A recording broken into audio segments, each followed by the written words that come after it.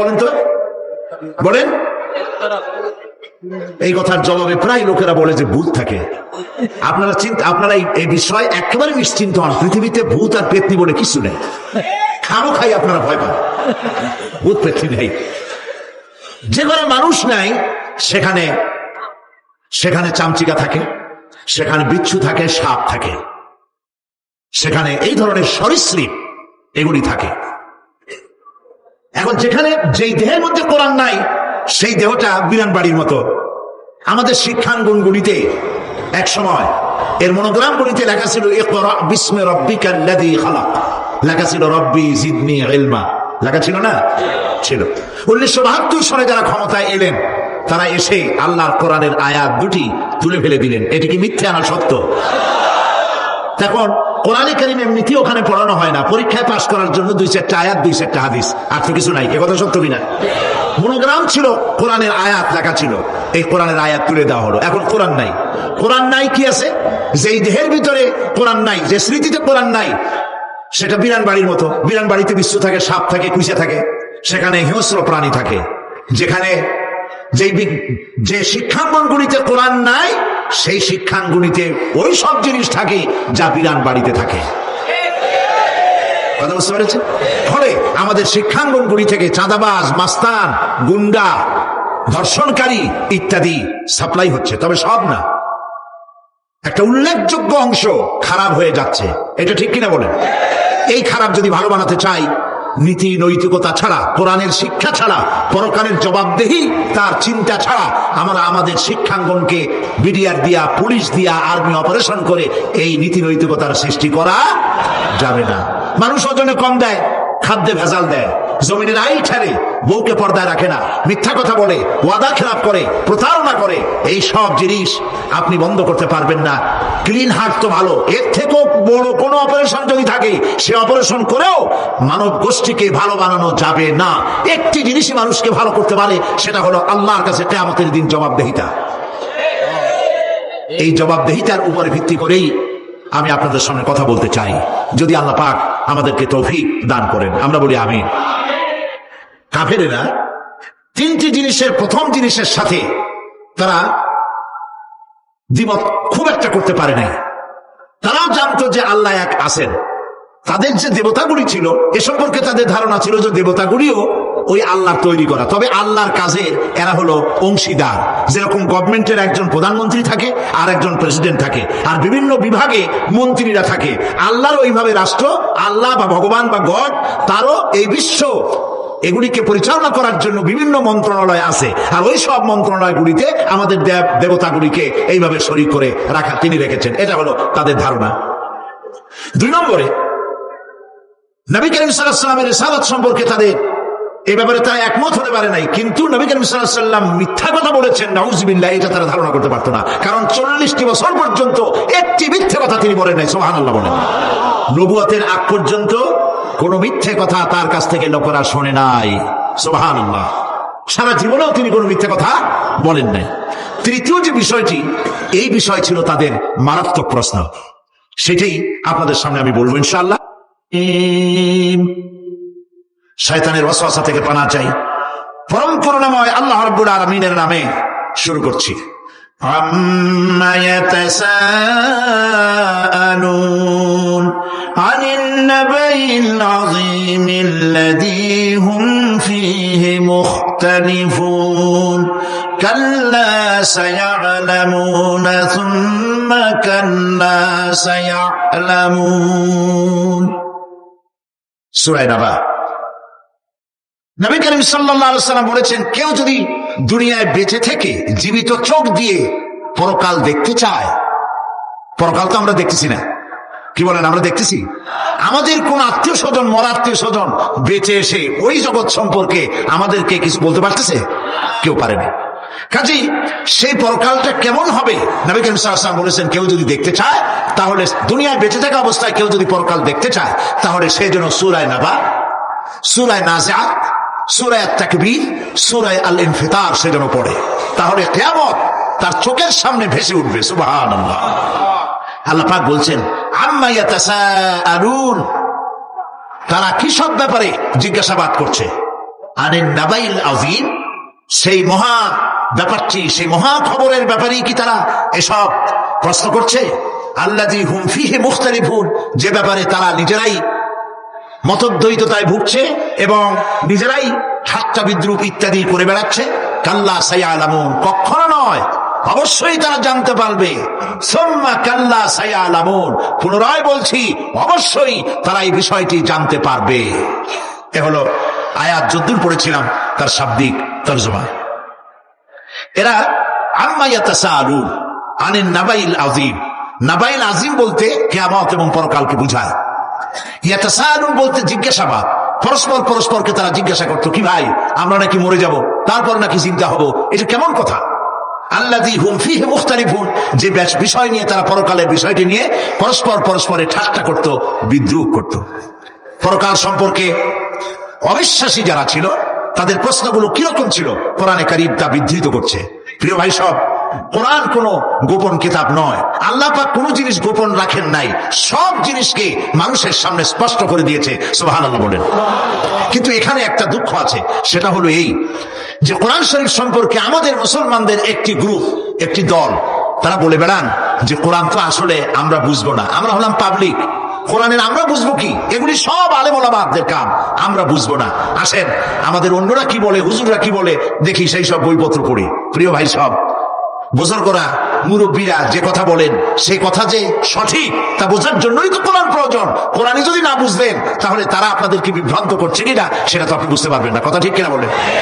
এখন কোরআন বোঝা যারা বলেন যে এটা কোরআন বোঝা সহজ নয়, কঠিন, আমার চিন্তায় এই লোকগুলি, এই বিশাল একটি গ্রুপ, একটি দল, শয়তানের বড় রকমের ওয়াসওয়াসার ভিতরে তারা নিয়োজিত হয়ে গেছে। আল্লাহ মেহেরবানি করে এই ভাইদের দৃষ্টিকে খুলে দিন, যাতে তারা বুঝতে পারে যে কোরআন শুধু আলেম ওলামাদের জন্য নয়, কোরআন পৃথিবীর সমস্ত মানুষের জন্য। হুদাল লিল আলামিন তো আল্লাহ পাক বলেন নাই আলেমদের জন্য নাজিল করেছি, তা তো বলেন নাই, বলেছেন হুদাল লিন্নাস, সমস্ত মানুষের জন্য কোরআন দেওয়া হয়েছে। এখন কোরআন বোঝা কঠিন না সহজ? এই প্রশ্নের জবাবে আল্লাহ রাব্বুল আলামিন, আমরা প্রশ্ন করব, আমাদের প্রশ্ন করার অনেক আগে আল্লাহ রাব্বুল আলামিন সূরা কামারের ভিতরে একটি প্রশ্নের জবাব 4 বার দিয়েছেন। আল্লাহ পাক বলেছেন, ওয়া লাকাদ ইয়াসসারনাল কুরআনা লিযিকর ফাহাল মিন মুদ্দাকির।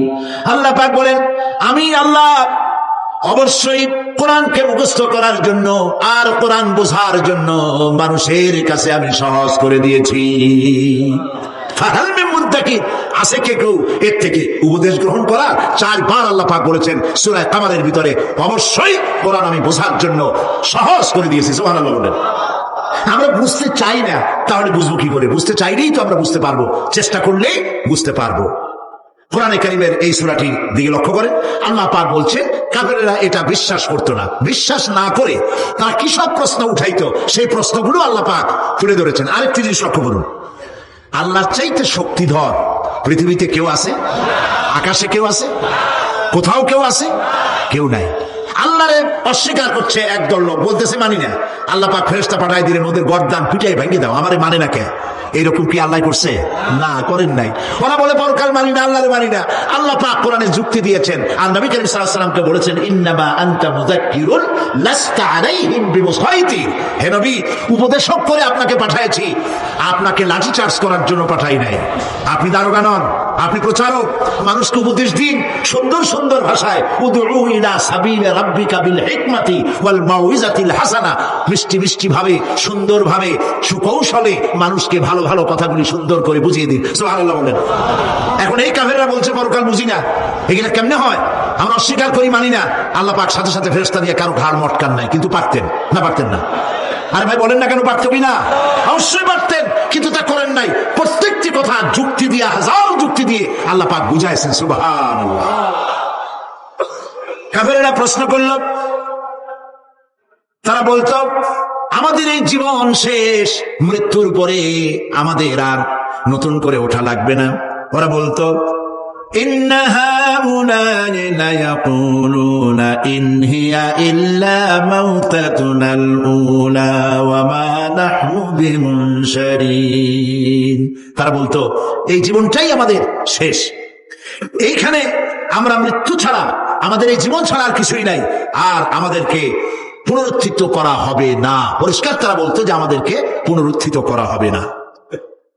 এরপরে তারা আরো বলতো মা নাদরি মাসসাআতু আন নাযুন্নু ইল্লা যান্না ওয়া মা নাহনু বিমুস্তাইকিনিন।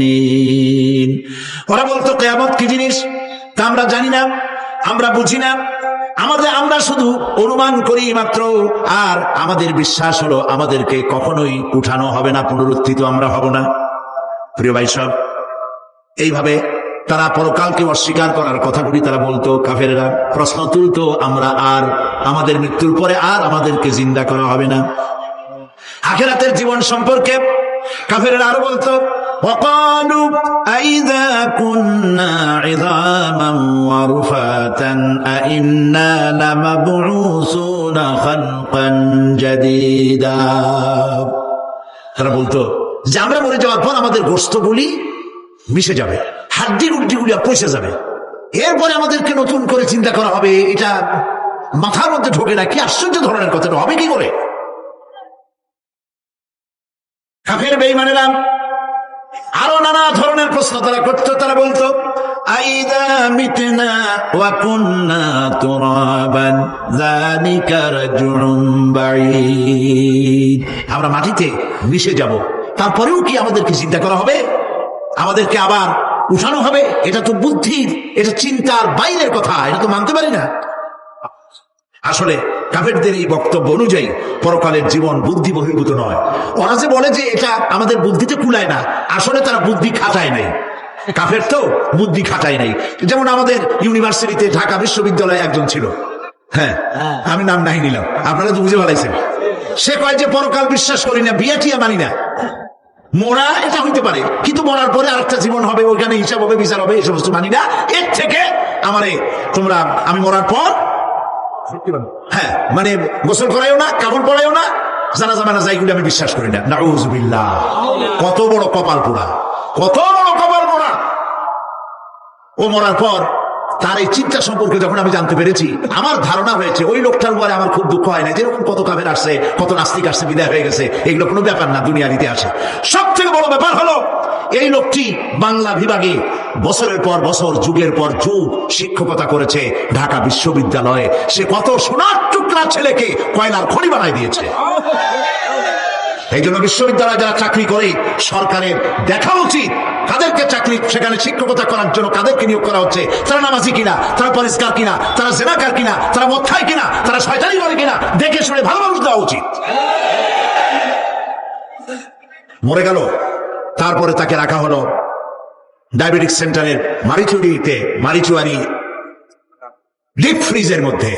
তিনি বলে গেলেন আমি মরার পর আমাকে মেডিকেল কলেজে পাঠাই দিও, তারা আমার কাটা ছেঁড়া করিয়া তারপরে অপারেশন শিখবে।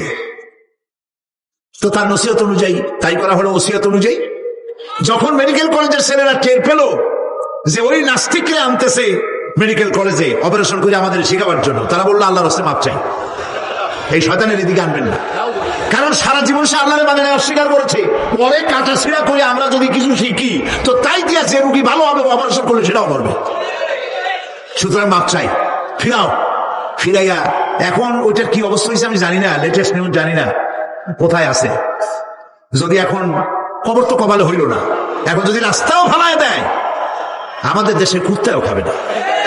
কারণ কুত্তাগুলি আমাদের দেশে এত অভদ্র না যে এত পচা বাসি লাশ খাবে, ওদের একটা রুচি টুচি আছে। প্রিয় ভাই সব, এদের চিন্তা, এদের বুদ্ধি হলো, এদের বুদ্ধি সীমিত বুদ্ধি। আর আল্লাহ কোরআনে বুদ্ধির কথা বলেন নাই, আল্লাহ বলেছেন জ্ঞানের কথা। আর ওরা হলো বুদ্ধিজীবী। ওরা কি জীবী কন? বুদ্ধিজীবী।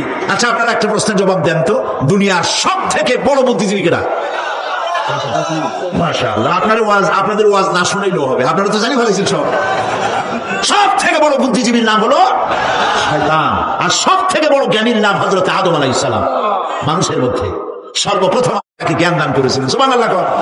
আল্লাহ পাক কোরআনের মধ্যে কোথাও বলেন নাই যে আমি বুদ্ধি দিছি। আল্লাহ পাক বলেছেন ওয়া আল্লামা আদামাল আসমাআ কুল্লাহা, আমি আদমকে সমস্ত জিনিসের জ্ঞান দিয়েছি, নামগুলো শিখাইছি। সুবহানাল্লাহ। ওয়ালাকাদ আতাইনা লুকমানাল হিকমা, আমি লোকমানকে জ্ঞান দান করেছি। ওয়ালাকাদ আতাইনা দাউদা ওয়া সুলাইমানা ইলমা, আমি দাউদ আর সুলাইমানকে কি দিছি? বুদ্ধি দিছি। কি দিছি?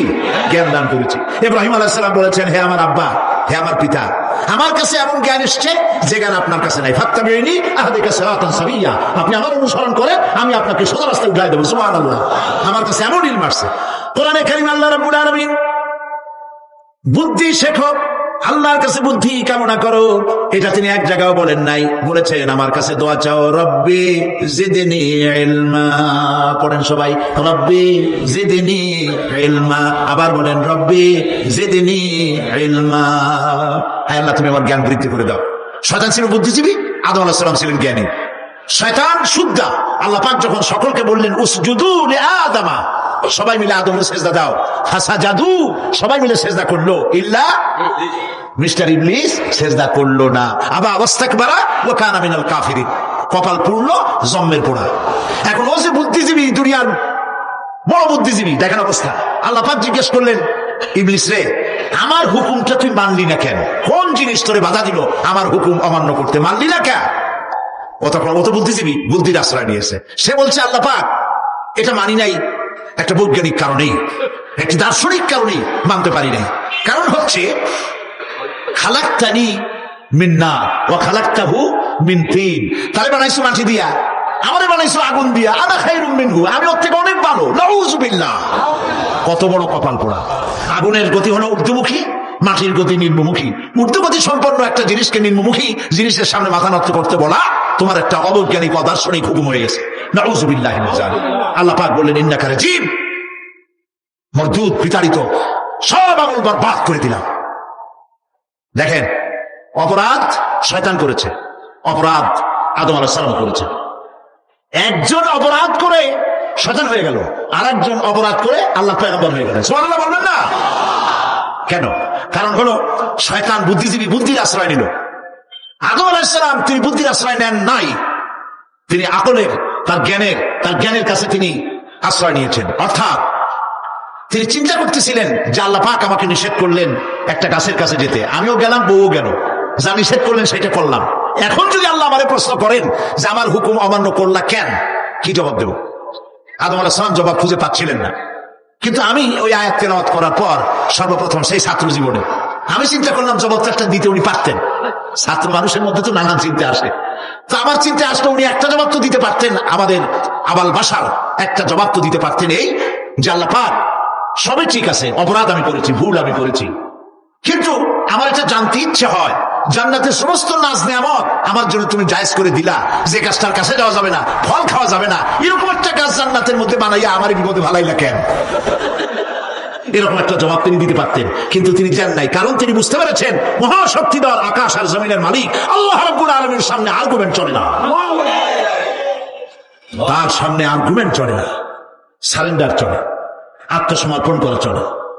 হযরত আদম আলাইহিস সালাম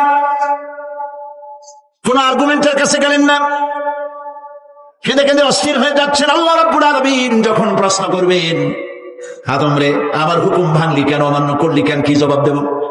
আর ঠিক সেই মুহূর্তেই রব্বুল আলামিন প্রশ্ন করলেন, আদম রে আমার হুকুম অমান্য করলে কেন? হযরত আদম আলাইহিস সালাম কোন বুদ্ধির আশ্রয় না নিয়া তার জ্ঞান তাকে বলে দিল, আল্লাহ তাকে কালেমা শেখায় দিলেন। উদ্বুদ্ধ হয়ে তিনি আল্লাহ রাব্বুল আলামিনের সামনে মাথা নত করে দিয়ে বললেন, রব্বানা যালামনা আনফুসানা ওয়া ইল্লাম তাগফির লানা ওয়া তারহামনা লানাকুনান্না মিনাল খাসিরিন। রব্বানা যালামনা, হে আল্লাহ আমি আমার নফসের পরে, যালামনা আনফুসানা আমি আমার নফসের পরে জুলম করেছি, অত্যাচার করেছি। ওয়া ইল্লাম তাগফির লানা, তুমি যদি আমাকে ক্ষমা না করো। জ্ঞান কত দেখেন, শুধু ক্ষমা চান নাই, বলেছেন তুমি যদি আমাকে ক্ষমা না করো, ওয়া তারহামনা আর যদি দয়া না করো, লানাকুনান্না মিনাল খাসিরিন আমি ক্ষতিগ্রস্ত হয়ে যাব। কতটা জ্ঞানের অধিকারী তিনি!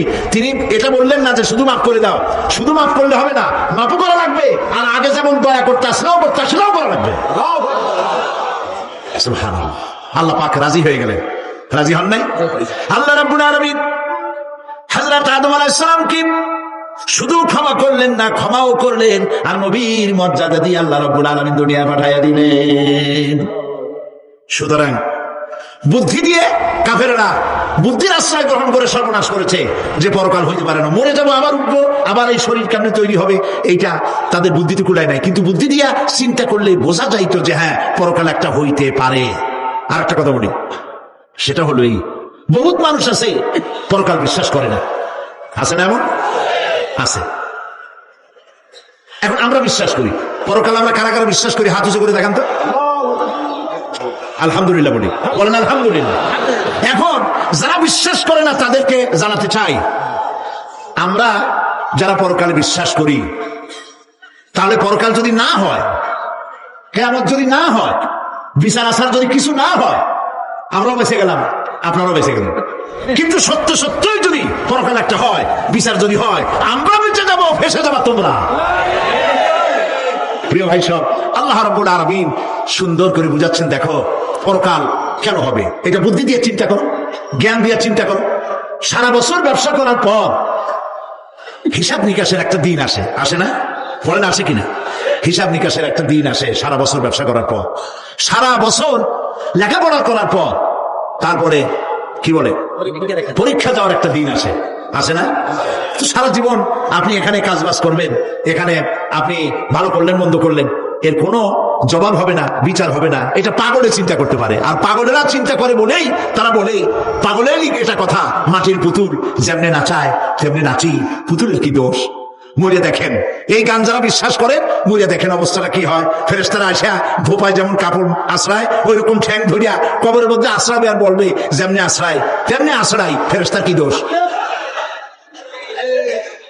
কাজে এই পৃথিবী শেষ কথা নয়, মৃত্যু অবধারিত, মরা লাগবে না। এবার দেখেন আল্লাহ কি বলেন, আল্লাযী খালাকাল মাউতা ওয়াল হায়াতা লিয়াবলুয়াকুম আইয়ুকুম আহসানু আমালা। আল্লাহ পাক বলছেন, আমি মৃত্যু আর জীবন সৃষ্টি করেছি। কেন করেছি? লক্ষ্য করুন, লিয়াবলুয়াকুম, যাতে করে আমি তোমাদেরকে পরীক্ষা করে নিতে পারি। কি ব্যাপারে? আইয়ুকুম আহসানু আমালা, আমলের দিক থেকে, নেক কাজের মধ্য থেকে, ভালো কাজ এবং খারাপ কাজের মধ্য থেকে, আইয়ুকুম আহসানু আমালা থেকে তোমাদের মধ্যে কে উত্তম, কে ভালো মানুষ, এইটার পরীক্ষা নেওয়ার জন্য আমি মৃত্যু আর জন্মের সৃষ্টি করেছি। প্রিয় ভাই সব, খুব লক্ষ্য করুন, জন্ম আর মৃত্যু, জন্ম হলে মৃত্যু হবেই, না হবে না? এই যে একটা ডিউরেশন, একটি সময়, এই সময়টা হলো পরীক্ষার সময়। আমরা যারা পড়াশোনা করেছি, আপনারা পড়াশোনা করেছেন নিশ্চয়ই, কলেজে অথবা হাই স্কুল অথবা মাদ্রাসায়, প্রতি বছর একটা করে পরীক্ষা আসে, আসে না পরীক্ষা? এই পরীক্ষার ডিউরেশন কত সময়? 3 ঘন্টা। কয় ঘন্টা বলে? 3 ঘন্টা। এই 3 ঘন্টা পরীক্ষা দিতে গিয়ে আপনারা কি কোনো ছাত্রকে দেখেছেন যে প্রশ্নপত্র সামনে নিয়ে গল্প করতেছে, প্রশ্নপত্র সামনে নিয়ে তাস খেলে, জুয়া খেলে, আরেক দিকে তাকায় থাকে? প্রতিটি মুহূর্ত সে কাজে লাগাচ্ছে, প্রতি মুহূর্ত কাজে লাগাচ্ছে। 3 ঘন্টা পুরো হওয়ার 2 ঘন্টার মধ্যে পরীক্ষা তার শেষ হয়ে গেছে, কিন্তু সে চলে যাচ্ছে না, বাকি আরো 1 ঘন্টা আধা ঘন্টা রিভাইজ করতেছে। সে যা যা পরীক্ষা দিয়েছিল প্রশ্ন অনুযায়ী জবাবগুলি ঠিক হয়েছে কিনা সে মিলিয়ে দেখে। কারণ কি? কারণ হলো এই পরীক্ষা যদি ফেল করি, বাপ মায়ের কষ্ট করা পয়সাগুলি বিফলে চলে যাবে, আমি চাকরি পাবো না, আমার জীবনটা 1 বছরের জন্য নষ্ট হয়ে যাবে। এই জন্য সে এত খাটাখাটনি করে পরীক্ষায় ভালো ফল করার জন্য সে পরীক্ষা দেয়, এবং পরীক্ষার রেজাল্ট এই পৃথিবীতেই হয়। ঠিক কিনা বলে? খাতা দেখতে যতদিন লাগে তারপরে পরীক্ষা হয়।